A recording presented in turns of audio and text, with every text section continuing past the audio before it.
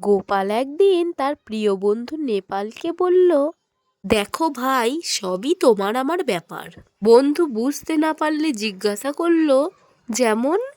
গোপাল বলল, এই ধরো না নেপাল, তোমার বাড়ি মানে আমার বাড়ি, আমার বাড়ি মানে তোমার বাড়ি, তোমার জামা মানে আমার জামা, আমার জামা মানে তোমার জামা, তোমার টাকা মানে আমার টাকা, আর আমার টাকা মানে তোমার টাকা। এদিকে বন্ধু তো অবাক হয়ে গোপালের দিকে তাকিয়ে রইল, এমন অন্তরঙ্গতার ছোঁয়া পেয়ে।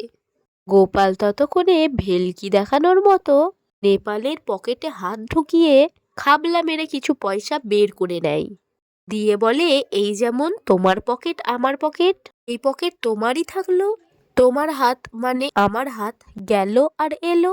এদিকে গোপালের এমন কাণ্ড দেখে নেপালের নয়ন গোল হয়ে গেল, আর চেহারা ক্রমাগত বিস্ফোরিত হতে থাকলো।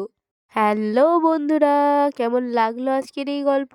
গল্পটি ভালো লেগে থাকলে একটা লাইক করে দেবে, আর হ্যাঁ, প্লিজ চ্যানেলটিকে সাবস্ক্রাইব করে দিও। আবার আসছি একটা মজাদার ভিডিও নিয়ে। আজকের মতন এই পর্যন্তই, টাটা।